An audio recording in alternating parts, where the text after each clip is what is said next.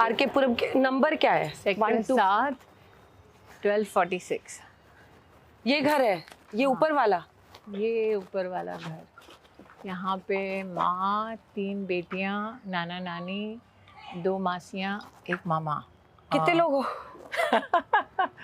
तो लगभग हाँ सबके सब एक कमरे का है। एक ड्राइंग रूम टाइप और एक बेडरूम होगा। एक छोटा सा हाँ स्कूलिंग यहीं से जी। यहाँ से चलते चलते हर दिन सेक्टर 12 आरके पुरम जाती थी। वहाँ पे कुछ स्वयंसेवकों द्वारा एक छोटा सा स्कूल था। हाँ। टेंट वाला, वहाँ पढ़ती थी। अच्छा। सामने एक कॉन्वेंट स्कूल होता था, पक्की दीवार वाला। हाँ। और मेरी बड़ी इच्छा थी कि वहाँ पढूं कॉन्वेंट स्कूल में। लेकिन माँ ने कहा कि पैसे नहीं थे। तो माता जी जो हैं ताज मानसिंह, जो दिल्ली में है, वहाँ हाउसकीपर का काम करती थी।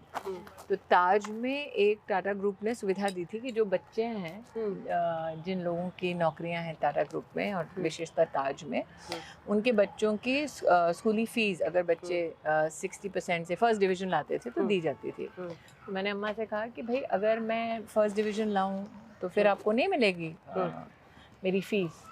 तो उन्होंने कहा लेकिन वहाँ जाके आपको एडमिशन कैसे मिलेगा? तो मैं हर दिन जाके स्कूल के बाहर खड़ी रहती थी। तो नन्स परेशान हो गई थी। एक दिन कहा कि भाई क्या है, हर दिन तुम यहाँ आ जाती हो। मैंने कहा आपके स्कूल में दाखिला कैसे होगा? तो उन्होंने कहा भाई एग्ज़ाम देना पड़ेगा। तो मैंने एग्ज़ाम दिया, मैं पास हुई और फिर 6ठी कक्षा में वहाँ गई। तो कितने साल इस घर में रही हैं? 6-7 साल बिता दिए होंगे। 6-7 साल यहाँ से तब गई जब मैं लगभग 13-14 साल की थी। मेरे नाना जी का जब देहांत हो गया था तब ये घर छूट गया था हमसे। क्या याद आ रहा है सब टॉप ऑफ माइंड? ये घर देखते क्या दिमाग में आया? मुझे लगता है नाना याद आते हैं। यहाँ से डेली चल के सेक्टर 6 आरके पुरम में शाखा के लिए जाते थे। उनका बहुत इन्फ्लुएंस भी रहा, वो संघ से जुड़े हुए थे। हाँ, तो आज वहाँ विश्व हिंदू परिषद का हेडक्वार्टर है। अच्छा। हाँ, माता जी जब मैं मतलब क्या 1-2 महीने की थी तो आपने स्मृति ईरानी को प्रचार प्रसार करते देखा है बहुत नेताओं के लिए। पहली बार मैं प्रचार जिनके लिए करने गई उनका नाम है विजय कुमार मल्होत्रा, जब मैं 3 महीने की थी। घर में ये था कि भाई आपको सामाजिक सेवा करनी है तो आप संघ में सेवा दीजिए, राजनीति में जाने की क्या ज़रूरत है। तो मेरा ये विचार था कि मुझे पॉलिसी निर्धारण करने में भूमिका निभानी है, तो इसीलिए मैंने भारतीय जनता पार्टी ज्वाइन की थी। पिताजी कांग्रेस से थे, हैं आज भी। तो पिताजी कांग्रेस से थे? पिताजी कांग्रेस, माँ संघी। पर आपका वो पिक्चर भी बहुत वायरल हुआ कि आपने व्हेन द पीटीएम चल रहा है, when the boss meets the father.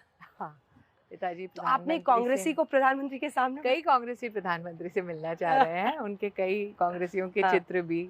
लेकिन मेरे पिताजी तो वर्षों से मतलब। तो बात क्या हुई मतलब उन दोनों के बीच में? वो पिताजी और प्रधानमंत्री तक सीमित रहे तो बेहतर है।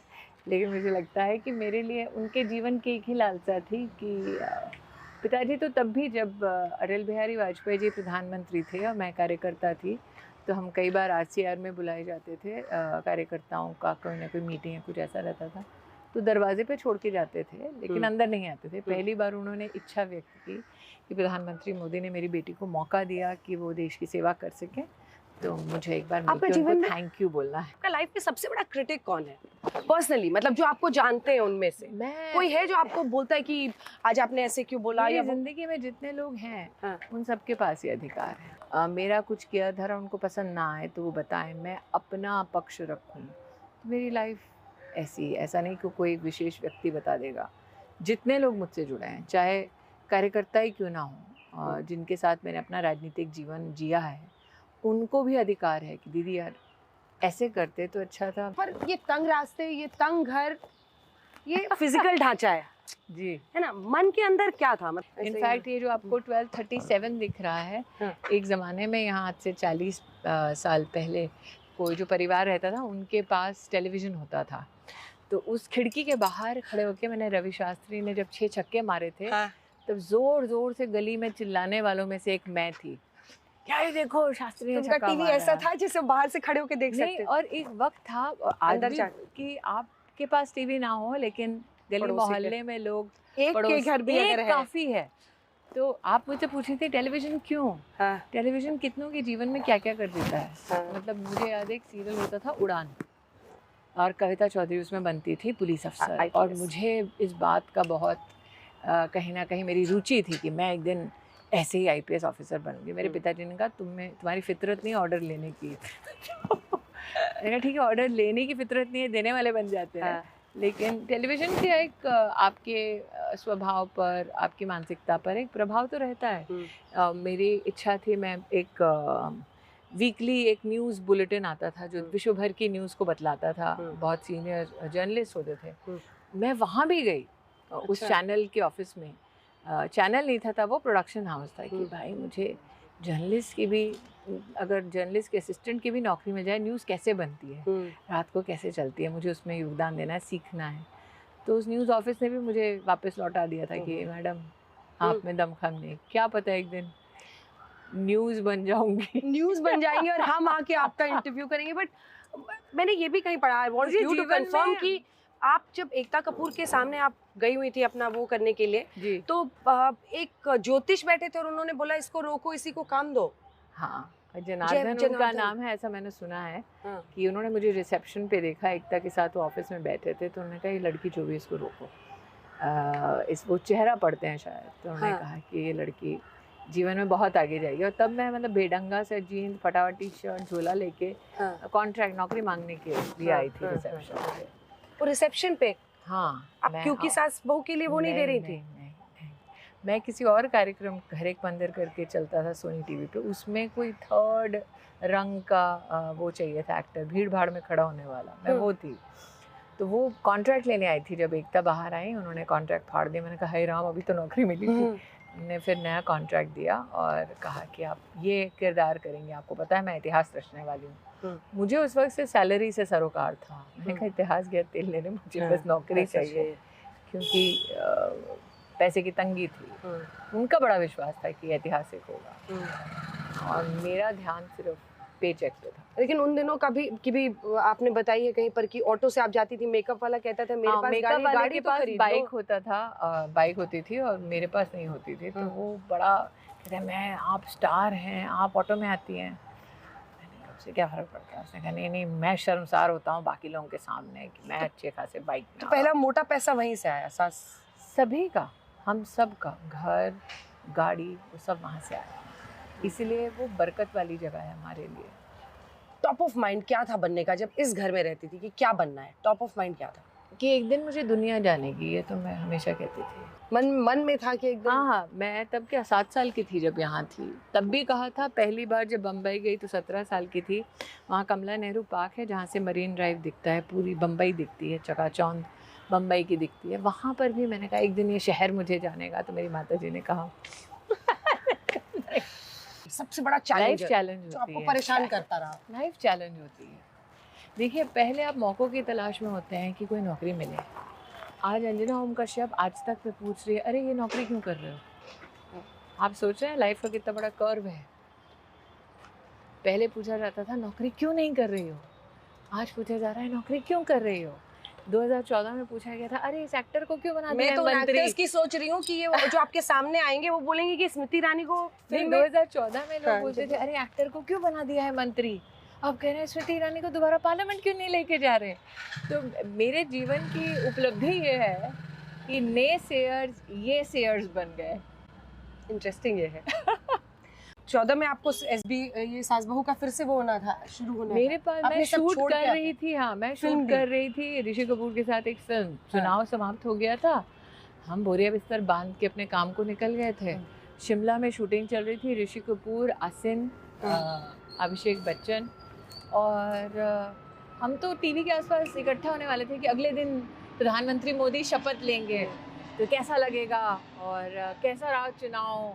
तो ऋषि सर तो बहुत पॉलिटिकली एस्ट्यूट व्यक्ति थे, तो उनको देश का ऐसा नहीं है कि कोई विषय उससे अपरिचित हों। तो ऋषि सर, मैं, हम लोग सब ये सब बातें करते हैं। अभिषेक कितना राजनीति के बारे में चर्चा देखनी है, ये बात चल रही थी। तो मैं, ऋषि सर, हम सब ऐसे ऐसे बात कर रहे थे और सुबह लगभग 7 बजे कॉल आया। 26 जून को लिया था तब पीएम ने स्वेरिंग इन। हाँ, तो उसी सुबह फ़ोन आया कि आपको शपथ लेनी है। 2014 26 जून आपको सुबह में कॉल आया? हाँ, मेरे को उससे पहले जानकारी भी नहीं आई थी। नहीं, और तब मुझे कहा गया, तो मैं परिवार के साथ थी, हमने कहा चलो गाड़ी निकालो, ड्राइव डाउन करो फटाफट। मैं ये सोची थी एक ही व्यक्ति है जो टाइम पे नहीं पहुँचे और क्योंकि मेरी तैयारी नहीं थी इसलिए कपड़े वपड़े बाकी लोग तो तैयारी करके अच्छे अच्छे कपड़े पहनते हैं। तो अगर आप देखें, मैंने एक साड़ी पहन रखी है जिसमें कमल का फूल है, वो किसी कार्यकर्ता की धर्मपत्नी ने दी थी प्रचार के लिए कि दीदी, तो मैंने कहा वही है, और क्या, साड़ी नहीं है, कुछ नहीं। और जब ड्राइव डाउन कर रही थी शिमला से, तो पीयूष को मैंने फ़ोन किया था, पीयूष गोयल को। मैं, पीयूष भाई देखो ना, एक बेटी को साथ आना है और हमारे पास पास नहीं है, तो आप मुझे एक पास देंगे क्या कि मेरा परिवार आके देख सके। तो उन्होंने कहा अरे तुम कैबिनेट मिनिस्टर बनने, तब पता चला मुझे कि क्या मुझे चीज़ तब भी नहीं पता था कि मुझे कैबिनेट में ला रहे हैं। तो पीयूष भाई ने नहीं बोला होता तो वहाँ राष्ट्रपति भवन पहुँच के सीट देख के पता चलता। अच्छा, सामने जो एक्टिंग अभी करने वाले हैं, कुछ सीरीज कुछ शूट हुए एपिसोड्स नहीं हुए हैं, मैं तो सोच रही हूँ अगर उसमें आपको किसी को कोई डांटने वाला शॉट होगा, वो एक्टर तो ऐसे पहले से। हाँ नहीं, मुझे एक कैरेक्टर सीन में डांट चुके हैं, तो मुझे बोलना पड़ता है उनको कि अच्छे से डांटो, तो ऐसे हाँ मैं डांटूंगा स्मृति को। उनको लगता है वो स्मृति ईरानी पे मतलब आपको पर्सनली वही पात्र है ना। हाँ। आपको पात्र को कई भूमिकाओं में, कई इमोशंस में प्रस्तुत करना है, तो आप कैसे करेंगे। और ये एक्टर्स का समूह है, ये अकेले तो आप है नहीं कि आप गए क्रीज पे, आपने चौका छक्का मारा और आप मैन ऑफ द मैच हो गए। इमोशन व्यक्त करने के लिए एक परिवार चाहिए। हाँ, एक परिवार चाहिए, लेखन अच्छा होना चाहिए। लेकिन कौन टीवी में, कई लोग ये कह रहे हैं कि यार 2000-2008 का ज़माना अलग था, जब लोग रात में बैठ के, अब स्मृति ईरानी आने वाली है, सास भी कभी बहू थी, मुझे लगता है कोई देखेगा क्या वैसे टीवी। मेरी इंडस्ट्री का बहुत बड़ा इसमें आज निर्भरता है कि हम जैसे लोग अगर आकर मेरी इंडस्ट्री को पुनः ताकत दे सकें, वो 20 लाख लोग जो नौकरी करते हैं उनको ताकत दे सकें, रेवेन्यू का विस्तार कर सकें और लोगों को नौकरी मिलने का ही साधन मिलेगा। 150 लोगों के साथ पहले काम करते थे, अब नए 150 का परिवार जुड़ा है, जिनकी नौकरियां, जिनकी दिनचर्या, जिनके घर की रसोई हम पे निर्भर है। तो अगर आप 150-200 या एक पूरी इंडस्ट्री को क्षमतावान बना सके और तो उसमें हर्ज क्या है। कई लोग इंडस्ट्री को सिर्फ ग्लैमर की दृष्टि से देखते हैं, जो कैमरा के सामने कितनों की नौकरियां लगी। लेकिन ओटीटी तो अब गाली गलौज का प्लेटफॉर्म बन गया है। लोग ये भी मानते हैं वहाँ पाएंगे। अगर उसमें आप ये सब कर सकें तो भी तो एक नया कदम है कि दूसरों के लिए मार्ग प्रशस्त कर सकते हैं कि अगर एक ऐसी चीज़ जो पारिवारिक है, जो संयुक्त परिवार के बारे में है, जो आज की हकीकतों को दर्शाती है, पुराने ज़माने के मूल्यों की बात करती है, अगर वो ज़िंदा रह सकती है तो क्या हम सबको गाली गलौज करने की ज़रूरत है? क्या सारा कंटेंट वैसा बनना ज़रूरी है? ये अभिव्यक्ति की आज़ादी की हम बात करते हैं, तो हर क्रिएटर को ये कहीं ना कहीं फ्रीडम है। आप किस प्रकार की क्रिएटिविटी प्रस्तुत करना चाहते हैं, वो फ्रीडम कितनी सक्सेस में परिवर्तित होगी ऑडियंस पे डिपेंड करती है। तो अगर ऑडियंस गाली गलौज वाला कंटेंट देख रही है तो बंदूक सिर्फ क्रिएटर पर क्यों ताना जा रहा है?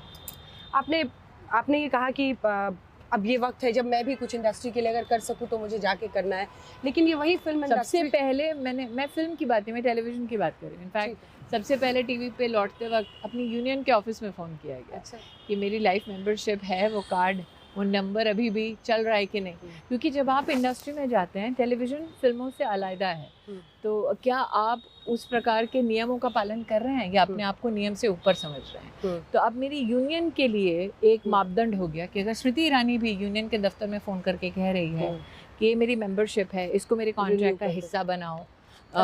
हाँ, तो अगर मैं ये कह रही हूँ तो यूनियन कह सकती है दूसरे लोगों से, अगर ये नियम का पालन कर रहे हैं तो आप क्यों नहीं कर रहे? लेकिन एक चर्चा पूरे देश में चली, ऑपरेशन सिंदूर हुआ, 1 या 2 लोग नाम छोड़ दे तो किसी ने भी खुलकर सेना का साथ नहीं दिया। पाकिस्तान के खिलाफ एक एक्टर ने नहीं बोला फिल्म इंडस्ट्री से। उस फिल्म इंडस्ट्री को कैसे आईना दिखाया जाए? क्यों शोहरत आपको यहाँ से मिलती है? क्यों दिखाते हैं? जो देश के साथ नहीं है और उसका देश का साथ ना देना आपको खलता है तो ना देखिए उसको, क्योंकि आप साधारण नागरिक होने के नाते अपना प्रतिशोध या अपनी भावना कैसे व्यक्त कर सकते हैं? ट्यून ऑफ करके, और कुछ नहीं कर सकते। लेकिन अगर आप चाहते हैं कि आपकी अपेक्षा है कि देश की सेना के साथ अगर एक्टर खड़ा नहीं हुआ तो कोई खड़ा नहीं हुआ, ये भी नहीं है। देश की सेना के साथ देश तो खड़ा था, सामान्य नागरिक खड़ा था। जिस दिन सामान्य नागरिक नहीं खड़ा होगा उस दिन मैं विचलित हो जाऊँगी।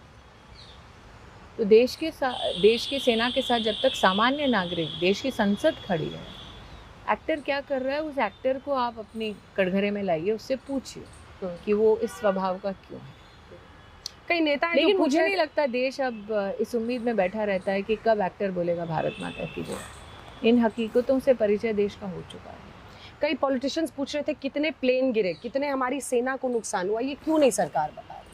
आज संसद का सत्र चल रहा है, निश्चित रूप से वहाँ बताया जाएगा। जैसे कि मैंने कहा ना, राष्ट्रीय सुरक्षा के मुद्दे पर बड़ा आसान होता है हेडलाइन ग्रैबिंग स्टेटमेंट देने का। मैं भी कर सकती हूँ, बड़ी आसानी से बोल सकती हूँ, लेकिन पार्लियामेंट में फैक्ट्स रखने का अधिकार और जिम्मेदारी दोनों सरकार की है और राष्ट्र फैक्ट से चलेगा।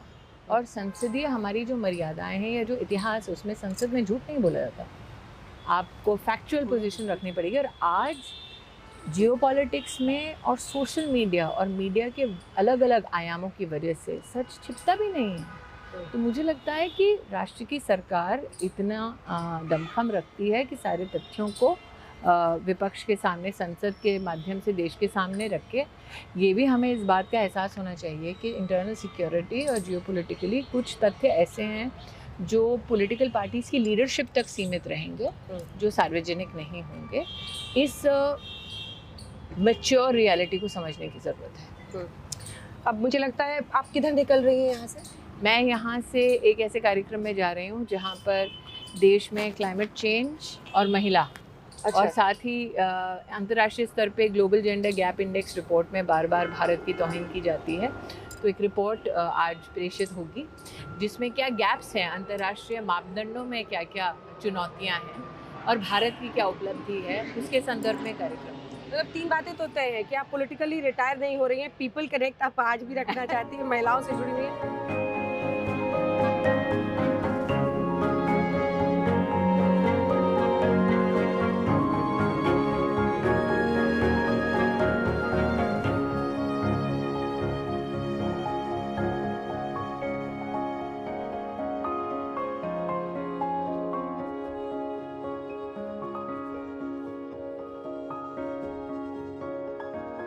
तो स्मृति ईरानी से ये खास बातचीत आपने देखी। राजनीति भी नहीं छोड़ रही हूँ, पॉलिटिक्स हमेशा मेरे रगों में रहेगा और टेलीविज़न पर भी वापसी कर रही हैं फेवरेट बहू बनकर। अब भविष्य में उनके साथ क्या होने वाला है ये देखने में हम सबकी दिलचस्पी रहेगी।